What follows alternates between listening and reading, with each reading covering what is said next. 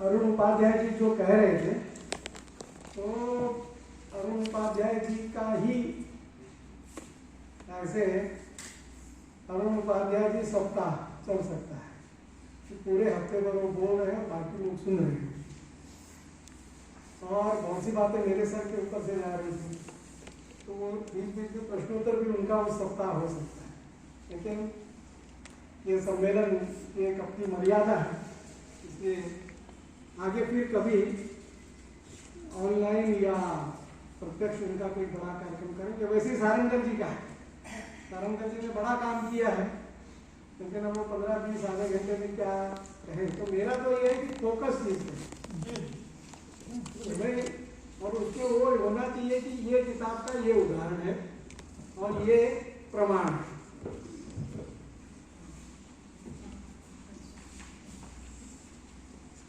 आदरणीय मंचासीन अध्यक्ष महोदय, अरुण उपाध्याय जी, डॉक्टर भगवान सिंह साहब, डॉक्टर सक्सेना साहब, एक से एक इतिहास जगत की हस्ती श्रीवास्तव साहब, रविदास साहब, इन सबों की किताबों को पढ़ने का मौका मुझे एक अध्येता के रूप में, एक विद्यार्थी के रूप में मिला। मैं इतिहास संकाय का विद्यार्थी भी रहा हूँ। मैंने 1967 में लॉ किया, 1968 में मास्टर ऑफ साइंस की डिग्री स्टैटिस्टिक्स में भागलपुर इंस्टीट्यूट से मैंने टॉपर होकर के पास किया, और न्यायिक सेवा में मैं जेपी मूवमेंट से बहुत जुड़ा हुआ था। मुंगेर जिला मैं उसमें तक विवाहित नहीं था। जेपी के सानिध्य में आने के बाद ही उन्होंने बहुत जिद किया, नहीं संसार बसाओ, तब देश की सेवा होगी, समाज सेवा, जिसका अपना कोई परिवार नहीं हो समाज सेवा क्या करेगा। और जेपी ने हमारी संस्कृति की बात है, संस्कृति का संकलन है, इतिहास है, इससे मिटाना। जेपी विवाह के 17 या 16 साल में उनका विवाह हुआ और 3 साल के बाद वे अमेरिका चले गए। प्रभावती जी कोई संतान नहीं था, बच्चे में शादी भी थी, वो वृद्धा आश्रम में उनको छोड़ करके गए, और महात्मा गांधी के आह्वान पर उन्होंने ब्रह्मचर्य का व्रत ले लिया। ये हमारी संस्कृति है, बापू ने कहा है तो हम मान लेते हैं। तो पति और पत्नी का ये जेपी ने मुझे कहा, मुझे तो भगवान ने कोई संतान दे दिया, लेकिन तो विवाह करो, परिवार वाला। तो मूवमेंट में लगा। उसी दौरान मुझे साइंस का विद्यार्थी बनने के बावजूद संसार से, परिवार से, इतिहास से मेरी माँ सोलंकी थी, बहुत अच्छे राज परिवार से आती थी। सारे राज परिवार खत्म हो गए। आप जानते हैं खाने को किसी को नहीं मिलता, ये स्थिति है। कहने को कोई छुट्टी है, कोई सुन बोलती है, कोई चल बोलती है, सब में एक से एक सेठ, धरना सेठ, सब चले गए। तो माँ ने कहा, देखो कहीं जाओगे, मेरे पिताजी का मृत्यु मेरे कम उम्र में हो गया था, मैं उसमें डिग्री पार्टनर में पढ़ता था। माँ ने कहा, कोई भी मिले तुम्हें हाथ जोड़ करके प्रणाम करना, ये नहीं सोचना कि तुम कौन परिवार के हो, क्या ये खूब पढ़ो। अब माँ ने कहा, तुम ऐसे कोई के हो, मेरी बहुत माँ स्कूल नहीं गई थी, तो सबका वो 1915 उनका जन्म हुआ था। उसने कहा, लेकिन अपने अपने परिवार का, अपने अपने खानदान का इज्जत हर आदमी को, अमीर गरीब सबको बताना चाहिए, और उसके लिए अपना पूर्वज को जानना चाहिए। इतिहास के प्रति मेरा इसमें झुकाव हुआ। माँ ने कहा, जो विषय मुझे दिया गया है और मैंने स्वीकार किया से, जब देखे परिहार, भारत की हिंदू राजसत्ता का, मध्यकालीन भारत का जो राजपूत पीरियड स्टार्ट होता है, जो मेरा विषय है, जब देखे परिहार, 4 भुजा चौहान, जो इतिहास के विद्यार्थी हैं, इतिहास से मतलब रखते हैं, तो भारतीय इतिहास में नजर दौड़ाएंगे, ख्याल करेंगे, तो मैं जो बोल रहा हूँ, जो मेरी माँ ने, जो अशिक्षित की किताब नहीं उन्होंने देखा था, लेकिन ये माताओं के द्वारा, नानी दादी के द्वारा हमारा इतिहास जैसे वेद चला आ रहा था, वैसे श्रुति के आधार पर हम अपने इतिहास को ग्रहण करते थे और आगे बढ़ाते थे। माँ ने मुझे कहा, जग जेठे परिहार, तुम परिहार भूलते हो। मीर भोज का 64वां पीढ़ी तुम्हारा। मीर भोज का, मैं स्पीकिंग हिस्ट्री, मीर भोज का 64वां पीढ़ी तुम्हारा है। जग जेठे परिहार, चार भुजा चौहान, रुंड मुंड सोलंकी, बहुर आय परमार। मैंने पूछा माँ से, इसका क्या मतलब माँ? माँ ने कहा कि परिहारों ने, इसको जेठ इसलिए कहा जा रहा है कि जन्म उसका पहले हुआ। इतिहास जब मैंने पढ़ा, मैं देखता हूँ कि प्रतिहार सम्राट सबसे पहले आया राजपूत, तो उसका जो भी भाव हो, मतलब उसका यही था। जब जेठे परिहार, चार भुजा चौहान, चौहानों का राजसत्ता बहुत दिन तक अस्थायी कहीं नहीं रहा, लेकिन जो मध्यकालीन भारत में हम जो मुस्लिम आक्रमण से, मुगल आक्रमण से, पठानों से जो लड़े हैं, तो सबसे अधिक सेना में चौहानों की ही संख्या, इसलिए उसका चार भुजा चौहान। चार भुजा का मतलब चारों भुजा उनको नहीं था, बलिष्ठ दूसरे से ज्यादा बलवान था, प्रतापी था, जो पृथ्वीराज चौहान आप जानते हैं। चार भुजा चौहान, रुंड मुंड सोलंकी। तो मां ने कहा कि रुंड मुंड, उसका कोई एक साम्राज्य नहीं था, परिहारों का एक साम्राज्य था। हिस्ट्री में पढ़ते हैं कि 711 ईस्वी में नागभट्ट ने वो कासिम से टक्कर लिया, और फिर मोहम्मद गजनी के टाइम आते आज तो जब देखे परिहार, चार भुजा चौहान, रुंड मुंड सोलंकी, छिटपुट राज था, इसलिए उसको रुंड मुंड कहा। ये सब बहुर आय परमार का मतलब ये था कि उसकी प्रभुसत्ता जो है असंख्य जनसंख्या, उसके परिवार, उसके खानदान बढ़ेगा। ये मैं एक ग्रामीण के हैसियत से ये इतिहास आपको बता रहा हूँ, क्षमा करें, एक इतिहासकार यहाँ है, लेकिन उसका भाव मुझे यही लग रहा है, उसका मतलब। और आप ताज्जुब करेंगे, आप सर्च करेंगे, 1947 को जो आजादी मिली है, मैंने अपनी किताब में दिया है, सबसे अधिक लगभग 35 खुदसर स्टेट परिवारों की थी 1947 में। तो जो 565 प्रिंसली स्टेट, तो प्रिंसली स्टेट आप हो सकता है बहुत लोग नहीं समझते हो, प्रिंसली स्टेट को अपना सॉवरेंटी था कि वो लगान देते थे ब्रिटिशर्स को, उसका एडवाइस मांगते थे, उसका फौज कहते थे कि अपना कोर्ट होता था, अपना ट्रेनिंग होता था। पूरा बिहार इतना बड़ा था, बिहार और झारखंड, उसमें राजा 100 से ज्यादा थे। हम जिस राज परिवार के भगिनमान हैं, वो राजा थे, बहुत बड़ा गिद्धौर राज्य का बहुत बड़ा नाम था।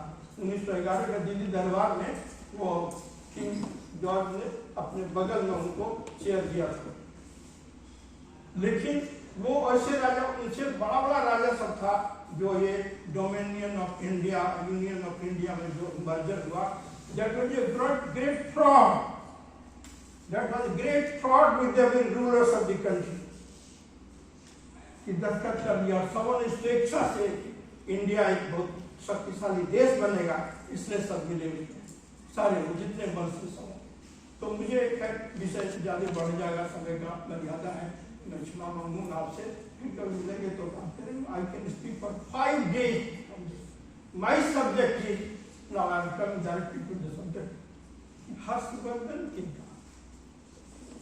बड़े बड़े विद्वान दिग्गज जिनकी किताबें अभी भी हम फॉलो कर रहे हैं, बहुत अच्छा मैक्सवेल साहब से लेकर के जो एग्जाम्पल दिया, जो हमारे इतिहास का दशा सब जानते हैं, ब्रिटिश हमको कहानी करनी है कि वो लिखा कि हर्षवर्धन के साल के पहले, हर्षवर्धन के टाइम में वो इंसान की यात्राओं में बहुत से क्षत्रिय राजवंश का नाम है, सत्याग्रह,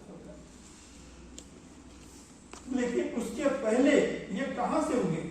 ये आसमान से फाड़ के आके समुद्र से मछलियों की तरह तैर करके चले आए, कहां से? मेरा सब्जेक्ट है हर्षवर्धन के पहले जैसे परिवार समाज बांटता आया, वो कहां से आया? वो आया इसी सूर्यवंश और इसी मनु से।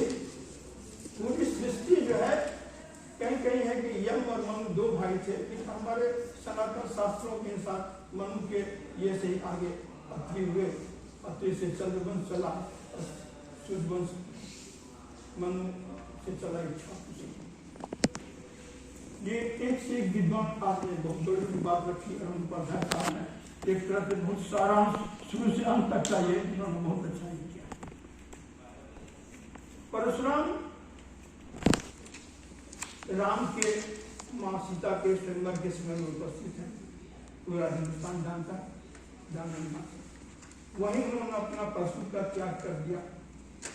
परशुराम ने 21 बार पशुओं का निसंहार किया और इसीलिए राजपूत धरती से चला गया। ये लगता है बड़े बड़े विद्वानों का सोच हो। परशुराम जब चले गए, उन्होंने पशु त्याग दिया और सुमेरु पर्वत या कहीं चले गए और उन्होंने 21 बार ये निखपली किया धरती को।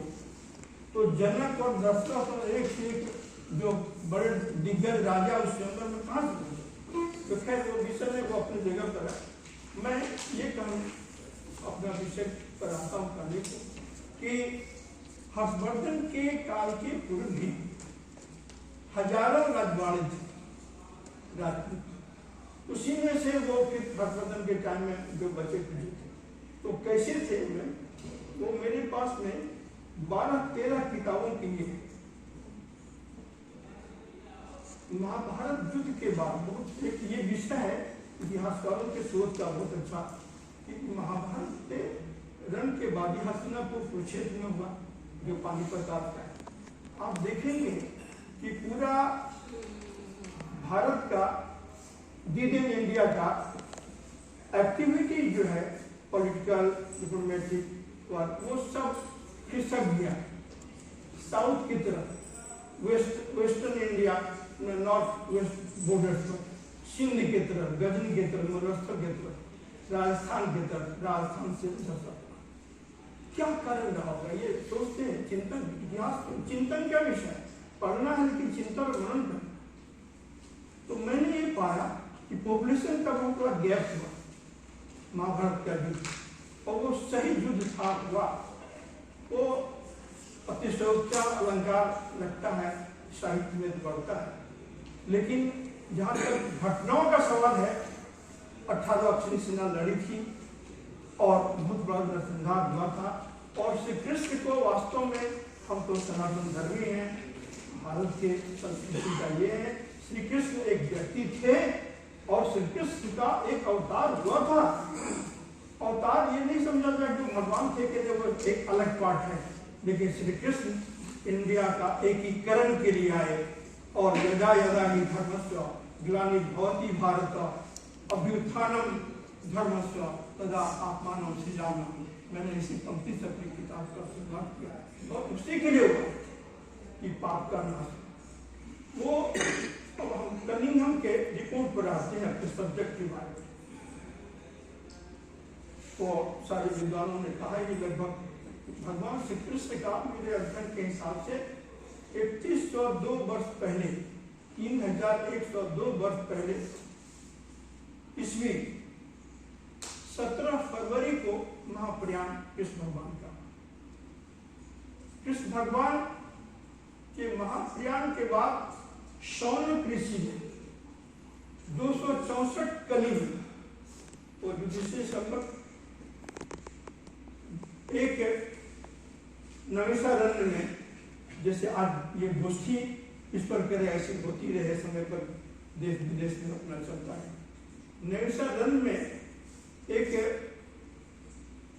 महासमारोह जो कहें विद्वत 88,000 लोग वहां सक्रिय इतिहासकार के संस्कृति रक्षक नैमिषारण्य में जुटे थे, 88,000।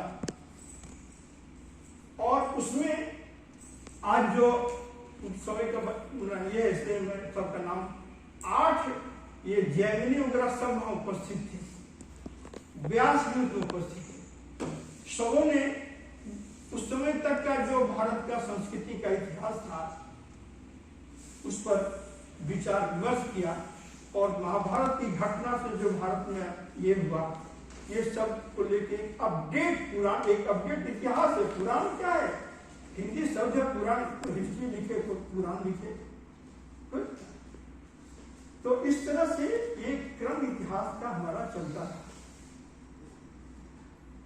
कनिंघम ने 18 1880 में वो आर्कियोलॉजिकल सोसाइटी का डायरेक्टर जनरल थे, he was the first founder director. Ghazni के तरफ से उससे पश्चिमी उसमें भारत का उत्तर गजनी नगर और किला, किला बिल्कुल पहाड़ के ऊपर। गज का माने होता है अरबी भाषा में घोंसला। तो किला जो बना हुआ है वो सब नहीं होता, गुर्ज आप देखेंगे राउंड रहता है और वो सब एक दूसरे से कड़ी की तरह घुमा हुआ, वो सुरक्षा के ख्याल से। तो बहुत ही अजीब किला था। कन्हैया ने अपनी रिपोर्ट में दिया है कि 308 युधिष्ठिर संवत में वो शिलालेख को पढ़ा, शिलालेख का चर्चा किया है कन्हैया ने 18 वर्ष से। 308 युधिष्ठिर संवत को अक्षय तृतीया के दिन रोहिणी नक्षत्र में, अक्षय तृतीया बहुत ही शुभ दिन माना जाता है हिंदुओं में, रोहिणी नक्षत्र के दिन रविवार रोज उसका नींव राजा रजसेन ने डाला। रजसेन कौन थे? श्री कृष्ण की 8 वो महारानियां थी। और आप सबसे कहें कि ये जैसे आज रामभद्राचार्य जी बहुत बड़े विद्वान हमारे ये कहें जी, वैसे कृपालु जी महाराज बहुत बड़े विद्वान थे हमारे शास्त्रों के, इतिहास पुराण वेद सबका। और कृपालु जी महाराज का कई मैंने प्रेम मंदिर वृंदावन में बहुत सुंदर बना है, बहुत देखने लायक। उन्होंने कहा कि 16,108 रानियां थी, पत्नियां थी कृष्ण की, और लाखों मने कृष्ण के लाइफ टाइम में 5वां पुरुष कृष्ण का हो गया था। कृष्ण के पुत्र प्रद्युमन, प्रद्युमन के पुत्र अनिरुद्ध, और अनिरुद्ध के पुत्र उष्णक, उष्णक के पुत्र बजनाभ। भगवान श्री कृष्ण के लाइफ टाइम में ही उनका 4 जनरेशन खत्म हो गया था। बजनाभ मथुरा के गद्दी पर थे, कृष्ण द्वारिका में थे, लेकिन आप लोगों ने सुना ही होगा दुर्वासा जी का वो अभिशाप के कारण और वो मां गांधारी का अभिशाप के कारण कृष्ण का वंश खत्म। मैं आपसे कह रहा हूं सूर्यवंश का प्रसार वो 7,777 से लेकर मोटा मोटी 2000 साल का मोटा मोटी ठीक ही लगता है। कल गणना के हिसाब से सिद्धू का जो कल गणना हुआ है उस हिसाब से तो 7,777 ईसा पूर्व से 5,777 आप त्रेता का युग को ले सकते हैं, और 5,777 से 3,177 द्वापर का युग ले सकते हैं महाभारत। तो उस हिसाब से कली संबंध ये युधिष्ठिर संबंध से ऐसे दो विद्वानों का भी अलग है कि कली संबंध को कृष्ण के महाप्रयाण के दिन से भी लोग मानते हैं। तो कृष्ण का महाप्रयाण 3102 वर्ष 17 फरवरी ईसा पूर्व हुआ। उससे 30 जब कृष्ण माने तब चाहे युधिष्ठिर से उनका राजा अभिषेक से माने तो 308 कली राज तरंगनी के हिसाब से, कलम के हिसाब से जो हम गणना करें तो 2590 ईसा पूर्व में गजनी के किला का निर्माण हुआ। उसमें डिटेल्स है कि जब वो राजा रससेन अपना पुत्र युवराज गजसेन के साथ उसका नींव डाल रहे थे तो पंडितों ने बताया कि कुछ और जमीन है जो बहुत शुभ है भविष्य के लिए, खानदान के लिए, परिवार के लिए, देश के लिए, प्रजा के लिए। वो गंगा राव का करके कोई पंडित उनके अपने पुरोहित थे खानदान। इसका मतलब कि 308 से पहले वहां उनके जादववंशी, जदुवंशी जादव राजपूतों में, क्षत्रियों में बहुत अच्छा कछवाहा और जादवों को बहुत ऊंचा माना जाता था। अब तो सब बराबर पूछने की बात, इतिहास की बात। तो वो गंगा राव से रिक्वेस्ट किया, वो पुरोहित थे बेचारे कि ठीक है, उनको दूसरा जमीन फिर उसके एवज में दिया लेकिन इसका मतलब ये गलत नहीं है। और गजनी का किला तो देख रहे हैं। तो राजा रस से उनकी रानी थी परिहार। ये जो कुछ मैं बोल रहा हूँ वो ये इसी पृष्ठभूमि में कर रहा हूँ कि हर्षवर्धन के पहले राजपूत थे क्या नहीं थे, और थे तो कौन थे, क्या वंश थे, कहाँ के थे, उनका क्या आइडेंटिटी है, सही गलत। तो ये तो विद्वजनों का सोचने का है। वो पद्मसेन की रानी जो है वो परिहार की और सिंध प्रदेश की। ये 2590 I am taking my history to that the year of 2590 year before Christ। अब तक इस पर 3000 वर्ष का इतिहास हमारे यहाँ नहीं है। बहुत अच्छा उपाध्याय साहब ने कहा कि ये वर्ड होना बहुत जरूरी है कि हर्षवर्धन के काल से हमारा इतिहास, जब से लड़ाई झगड़ा शुरू हुआ विदेशियों से कहिए तब से, और वो उनका तो पद्मसेन वो राजा रस से फिर उसी किला वो वंश उनका कंटिन्यू किया।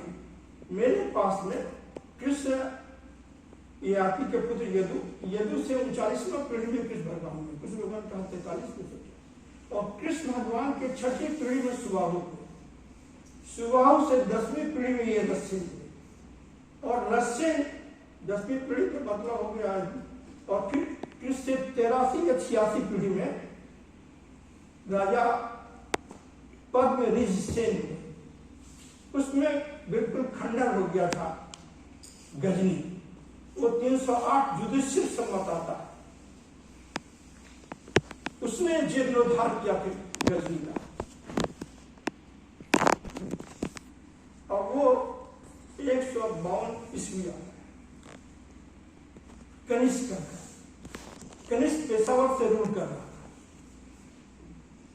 और कनिष्क के उसमें अटैक शुरू हो गया था आक्रमण। खुरासान रोम को रूम लिखा गया, रोम और ईरान, ईरान खुरासान उसका एक राज्य था। खुरासान सटा हुआ था हमारे अफगानिस्तान के बाद की गलती के बाद। तो ये दोनों एक साम्राज्य था, और उस साम्राज्य का ही अभी बहुत अच्छा सुरेंद्र सिंह साहब जो बता रहे थे कि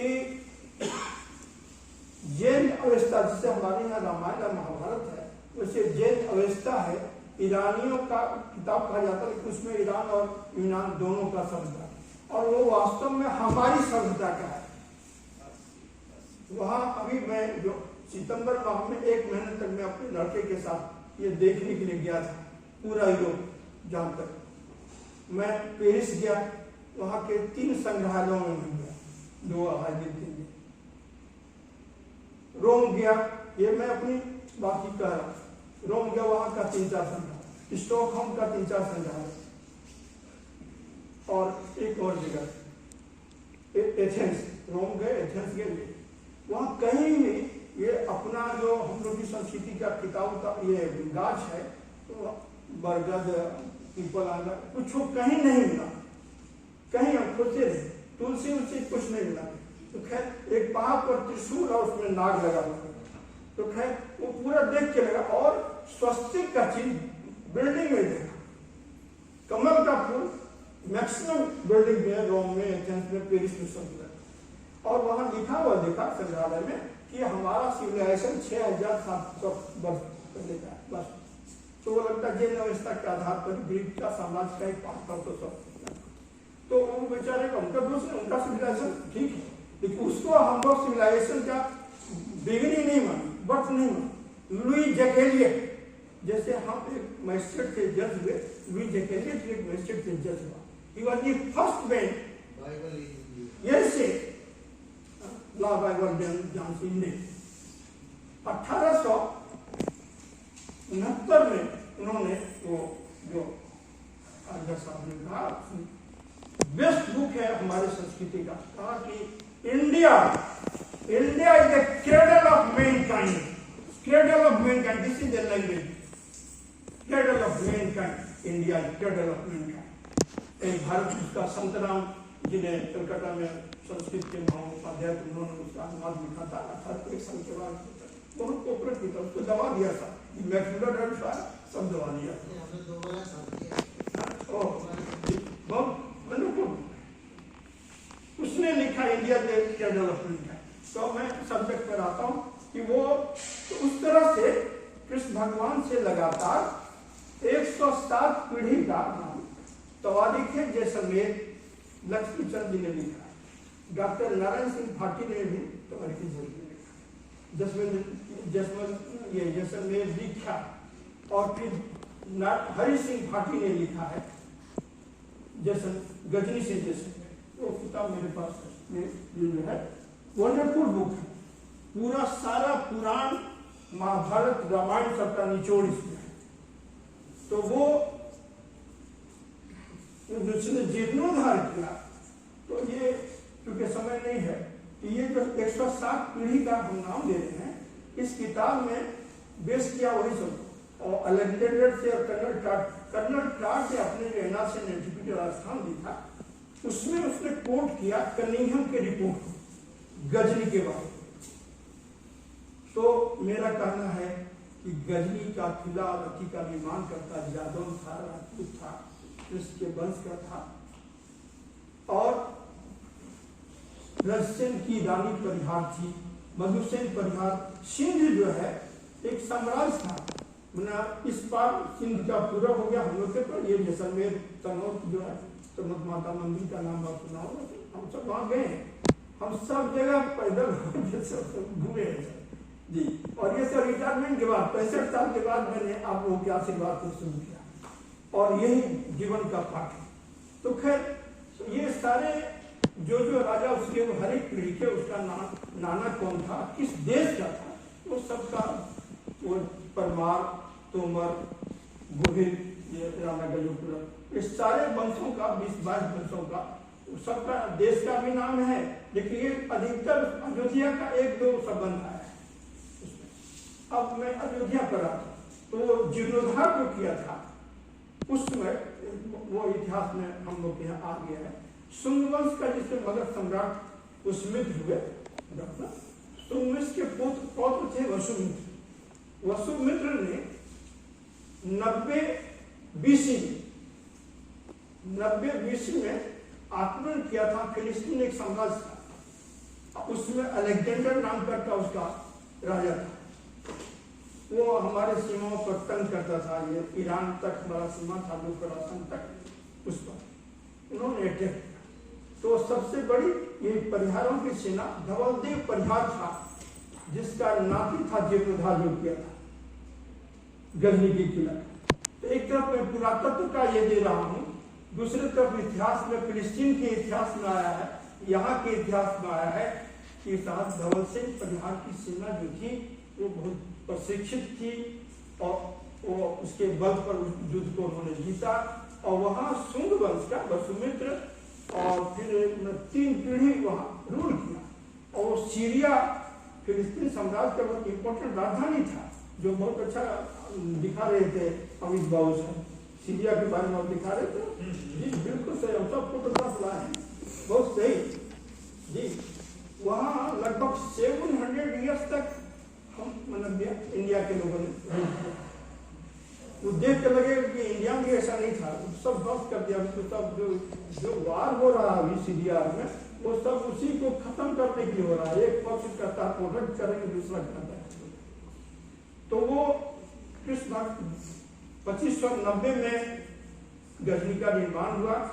जो निर्माण करता था उसका नाम, उसका परिवार से लेकर के 107वां पीढ़ी कनिष्क के काल से और आगे आता है। ये सब डिटेल्स है, समय का बचत है, सब गए हैं पूरा अपना, तो आप रुके हैं इसलिए हम उनको उस सबका उसमें दिया हुआ है कि कौन उसमें कहाँ विवाद था, और पूरे उत्तर पश्चिम भारत का मना राजस्थान पूरा।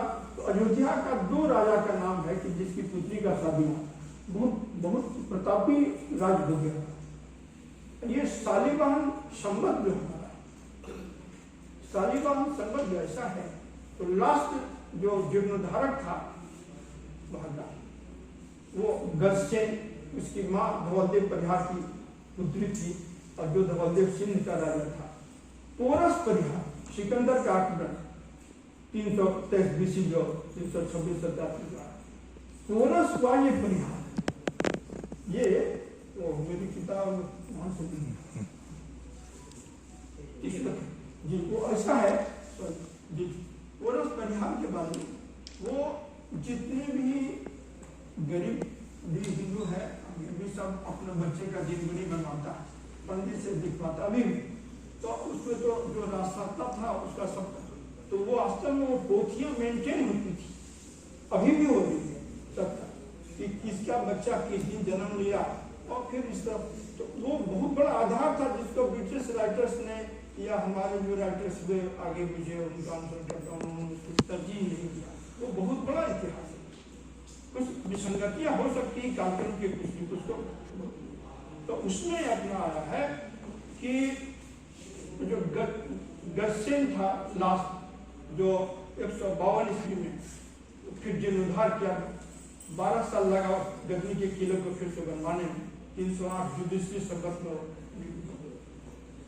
और उसकी माँ परिहार थी सिंध की। उस समय वो खुरासान का ये अभी नाम जो सुनते हैं शमसुद्दीन खुराना, ये तो वास्तव में ये मुसलमान होने के कारण नहीं है, ये उसकी संस्कृति का वो नाम है। हम लोग ऐसा नाम सुनते तो मुस्लिम नहीं, ऐसा बात नहीं, वो अपना उसका संस्कृति था, वहाँ का नाम था। और अरबी भाषा का ज्यादा असर था, अरबी और फारसी का। वो जो गजनी का जीर्णोद्धार लोग किया तो लोग फिर कानून गठ हो गए। तो यूनान का राजा और ईरान का राजा दोनों मिल करके अटैक किया और रशियन जो बेचारे बुरे हो गए थे, 10-12 साल में किला निर्माण किया था, वो उस युद्ध में मारे गए। उसका जो हेड था मेमरन का करके, वो भी मारा गया। लेकिन ये गस्सेन बेटे घायल हो गए, तो उन्होंने कुछ दिन तक युद्ध जैसे चल रहा है, अपना लड़का उनका शालिवाहन था, कमिंग टू देवर शक संबत, शालिवाहन संबत जो है, वो उनका लड़का जो है शालिवाहन 10 साल का था। तो इन्होंने राजा निरंकुश व्यक्ति को हो सकता है, राजा का राज नहीं चलता था, उसके एडवाइजर होते थे। राज सत्ता में भी गणतांत्रिक एक सिस्टम था, जो उसके अमात्य कहेंगे उसके नीचे नहीं जा सकता, जो एडवाइजर उसके होते थे पॉलिटिकल, उनका बात मानना पड़ता था। तो उसी में लोगों ने सलाह दिया कि अब पिताजी मारे गया, सोच सकते हैं स्थिति कैसा रहा होगा, तो बेटा हुआ कि नहीं पोते को यहाँ से हटा दिए। तो शालिवाहन को वहां से कुछ विश्वास लोगों के साथ वापस हिसार में सियालकोट के बारे में कुछ लोग कहते हैं कि सियालकोट वास्तव में शालिवाहनपुर था, श्यामलकोट था, उसी ने बनवाया था। कुछ लोग कहते हैं कि सियालकोट पहले से बना हुआ तो उसके बगल में राजधानी से बना। लेकिन जिस शालिवाहन, 2 शालिवाहन हुए जिनके बारे में शक संबत के बारे में कहा जाता है, ये शालिवाहन इतना संगठित किया पूरे सिंध को, क्षेत्र को, और जितने रिलेशन थे सबको अपने किया कि